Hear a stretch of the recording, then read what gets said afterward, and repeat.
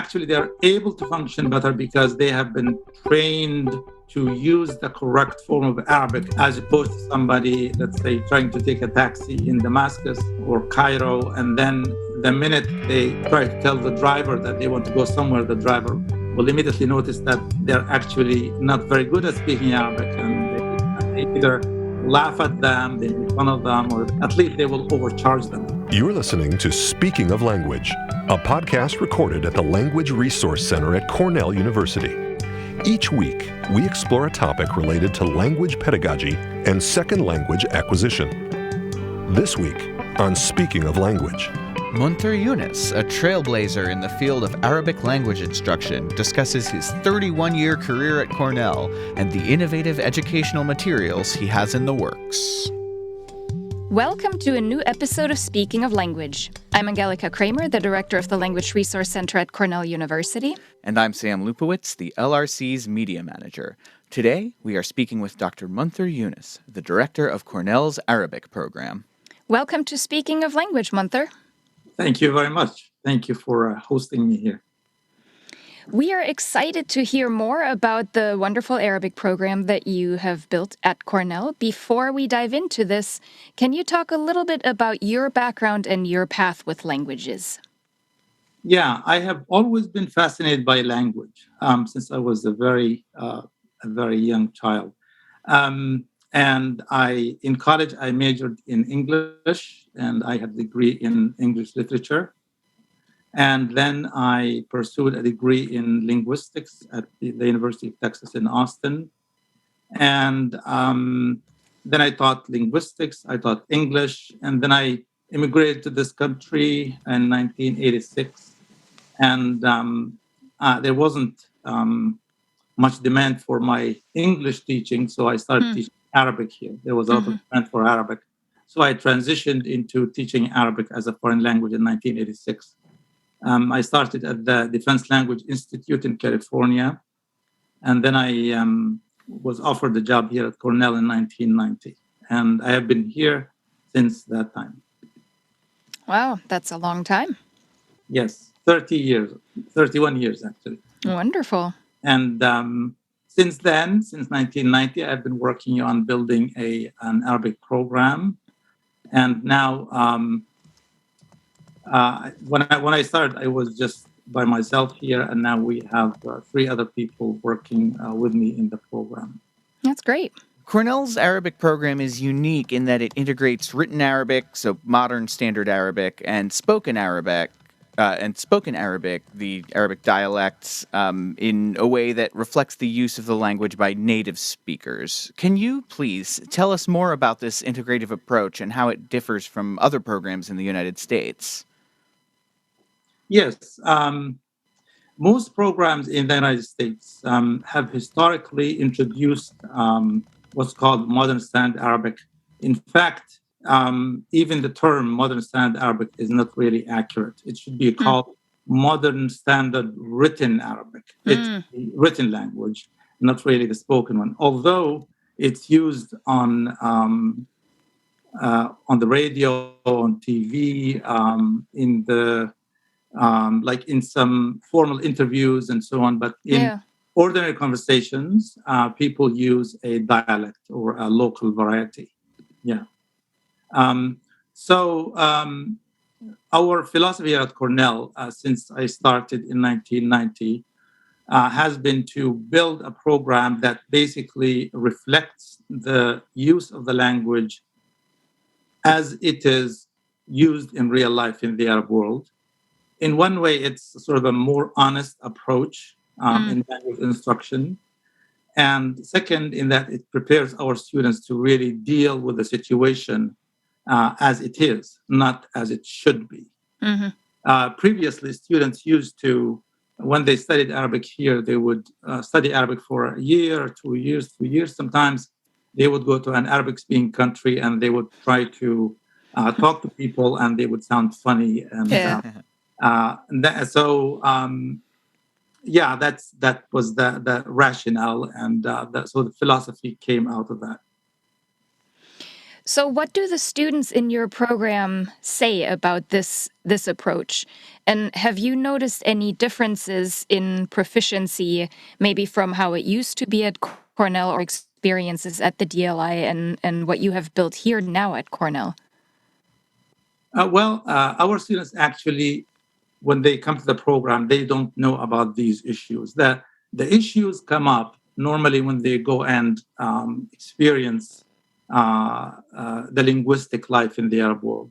And our students who would go on study abroad programs in Arabic-speaking countries, they would always come back and tell us that they acted as interpreters for students from other programs who studied only modern standard Arabic or modern standard written Arabic. Um, uh, Here, what I find to be a rewarding experience that students actually enjoy Arabic much more than I hear about other programs, because Arabic is known to be a difficult language, or has this reputation of being a difficult language Hmm. in other programs because of this, the fact that it's often taught as a almost a dead language. It's not the way people actually speak, but the way they should speak or the way they write. Mhm.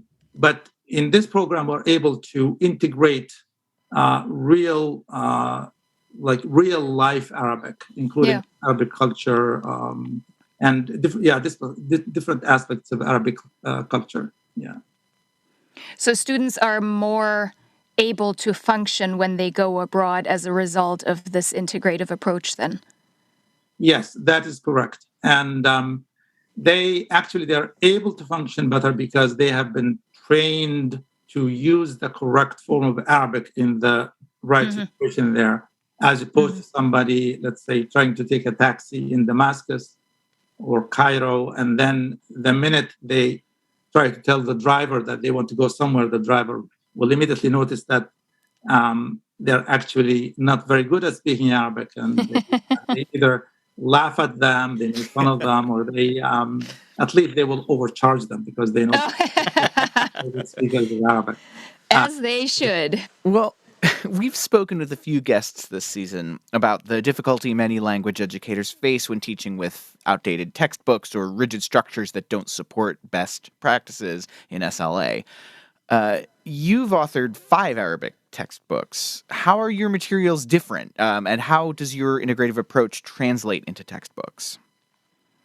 yeah, as I said, it's the kind of textbooks we or I have worked on actually reflect what goes on in Arab culture. So the kind of materials that we use they have more life in them. They're more interesting, Hmm. and they are not. When you teach modern written Arabic, modern standard written Arabic, you're basically stuck with the kind of text that that language is used for, which is the language of the media, very sort of high literature, but you're missing out on things like songs and jokes and everyday conversations, everyday life that that goes on in real life in the Arab world. It's almost like trying to teach, like imagine teaching Latin, for example, to students. I mean, it's more of an intellectual exercise than actually a real fun activity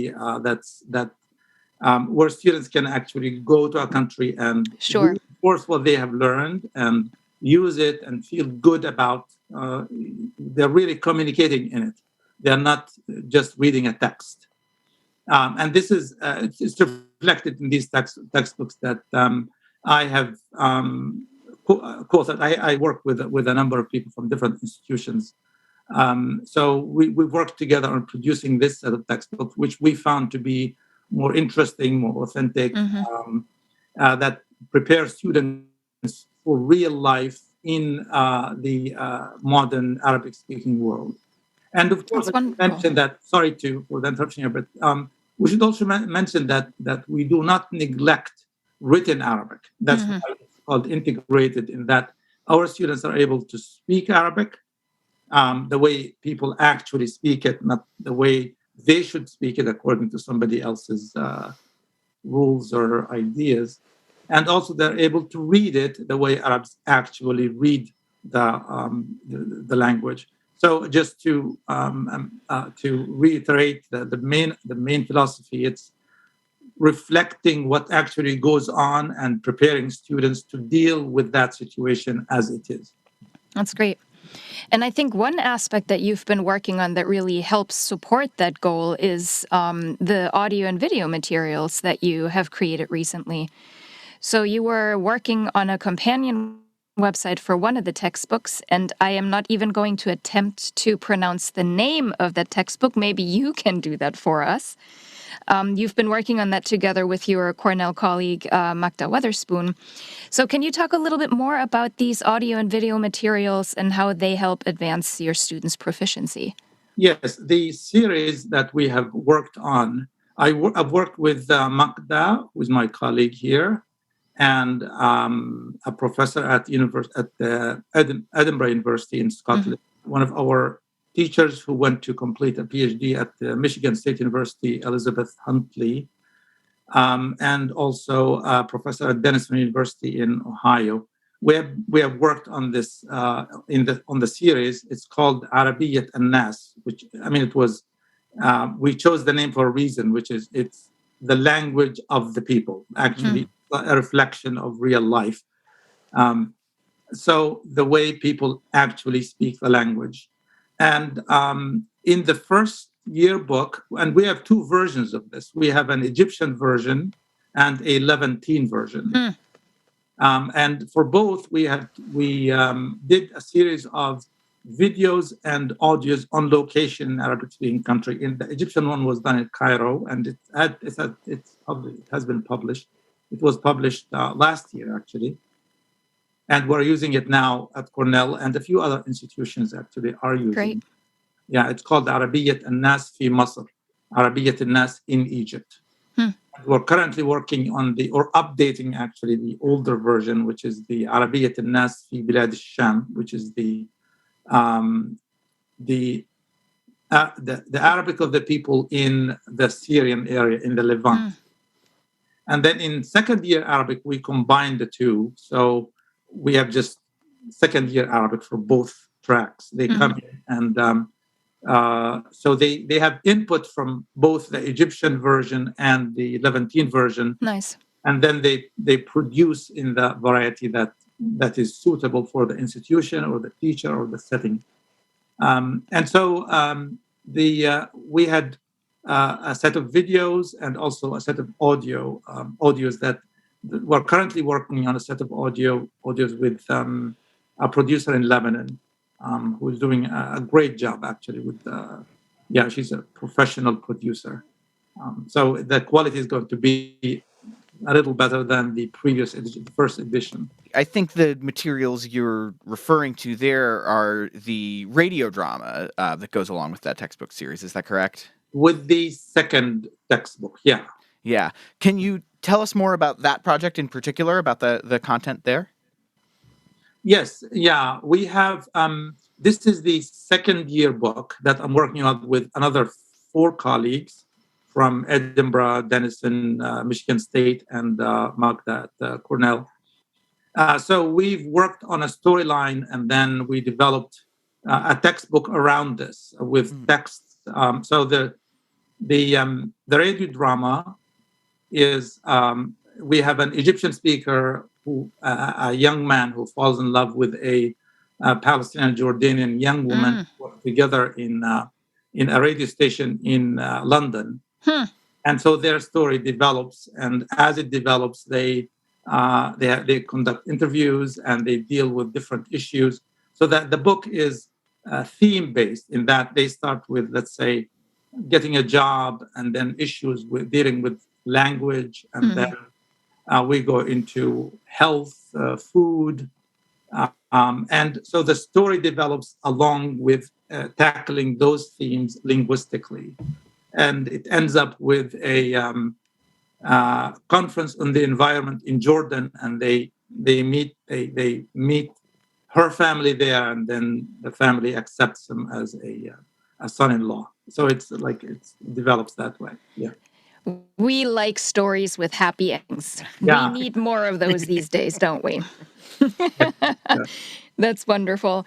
So I've seen some of the materials that you have developed as part of your textbook series that you shared during some of our workshops here at Cornell.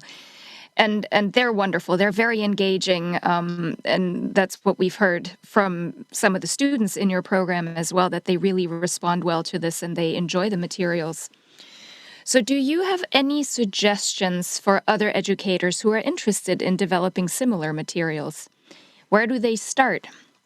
Like, what infrastructure do they need? Because yours were done professionally, right? I mean, we complete the script here. We the authors we got together and decided on the story, and then we had to be careful about the language and the themes, developing the story, and as along with that, we also thought of the like grammar topics that needed to be handled and difficult and so on, and issues of reinforcement, for example, reinforcement in terms of the vocabulary, the grammar, and so on. And so we had this vision that we worked on, and then we hired this producer in Lebanon, and she's working. She's actually the director of a program in performing arts school in Lebanon. So she has experience with this, and she's working with her own students who are like aspiring actors, Oh, and nice. they liked the idea, and so we worked on them on the personalities of the characters themselves, and Yeah. because also there's with Arabic there's an additional issue of uh, language variety. So we wanted somebody who can speak, who would sound like an Egyptian speaker, and somebody who Sure. would sound like an Iraqi speaker, and so on. So she was able to do that for us, and we worked with her, and she would send us samples of speakers, and then we would say, you need to do this about that to sound more authentic. Um, and I think from my own experience, we had sort of modest beginnings in that we started with a small budget, and then we would ask somebody who knew somebody, and to help us with this. But I think working with a professional in a performing arts school, who really has experience with this, and with people who really can play that role, can make a huge difference. And so there's now you can see a big difference between the kind of material that has been developed, that was developed and also being developed in Lebanon now, as compared to the material that we produced 20 years ago. Yeah. So it seems like some of your recipe for success is also in the fact that you are collaborating not only with other Arabic faculty in the United States, but also with these professionals abroad, right? That is correct. Yeah, and I mean, she is the leader of the effort in Lebanon is Lina Khouri, and she comes up with ideas that we actually haven't thought of in terms of, like, she would say, we send the script, and she said, well, this is actually, you need a little more life in this.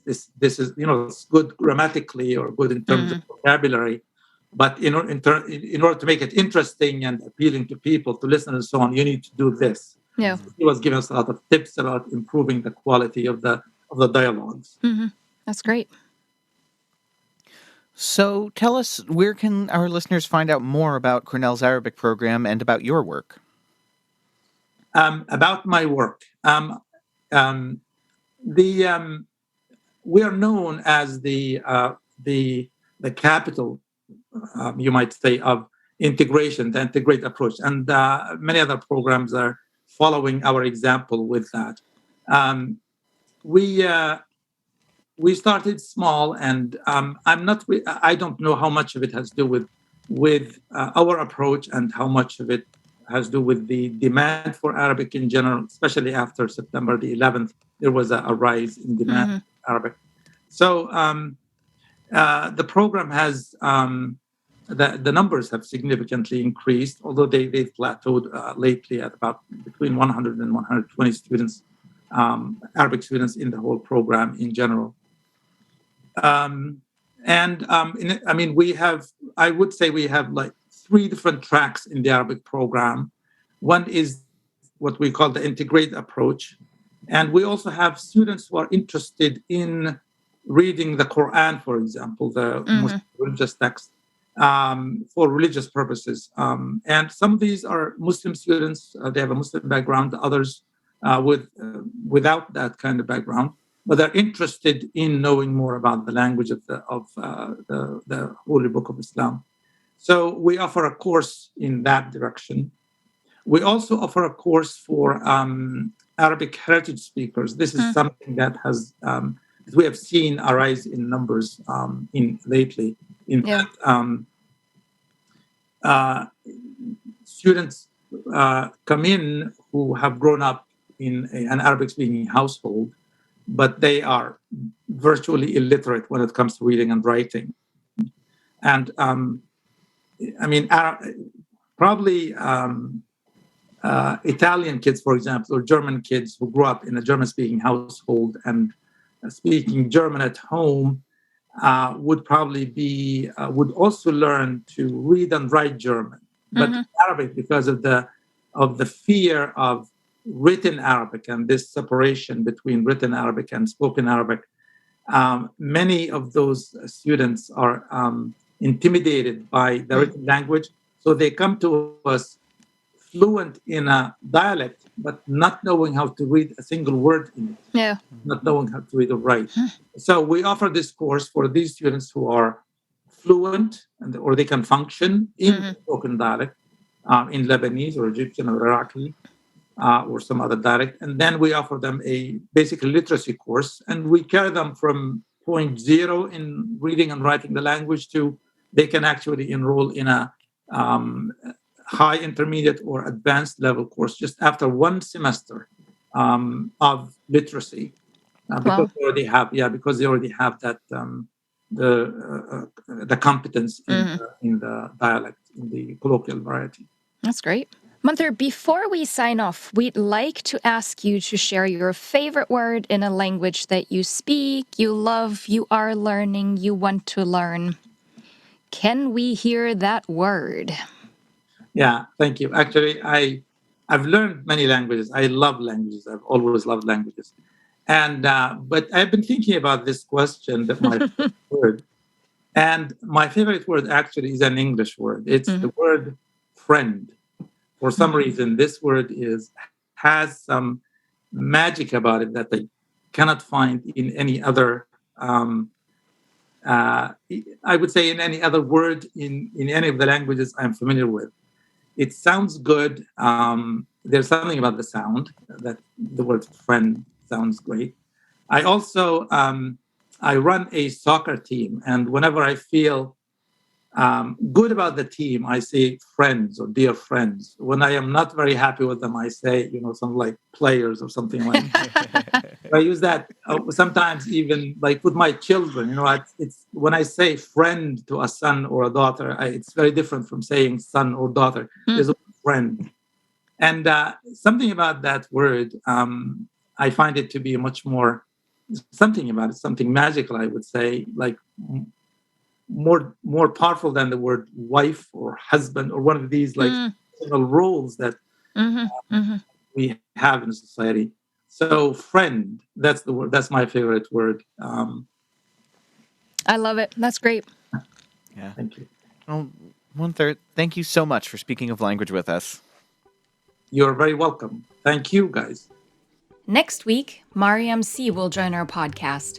Dr. C is the director of the African Language Program at Columbia University. She gave a talk as part of our monthly LRC speaker series on critical thinking in world language teaching. You can watch her full talk on our YouTube channel. And of course, you can listen to next week's episode online. Until then, Auf Wiederhören! The Language Resource Center is located on the ground floor of Stimson Hall on Cornell's main campus in Ithaca, New York. Check us out on the web at lrc.cornell.edu. or follow Cornell LRC on Facebook, Twitter, and Instagram. Speaking of Language is produced by Angelica Kramer and Sam Lupowitz. Recorded by Sam Lupowitz. Original music by Sam Lupowitz, Dan Gable, and Joe Gibson. Thanks also to the College of Arts and Sciences at Cornell University. As a reminder, the ideas and opinions expressed on this podcast do not reflect those of the College of Arts and Sciences or any other official entity of Cornell University. We thank our listeners, and do stay tuned for our next episode.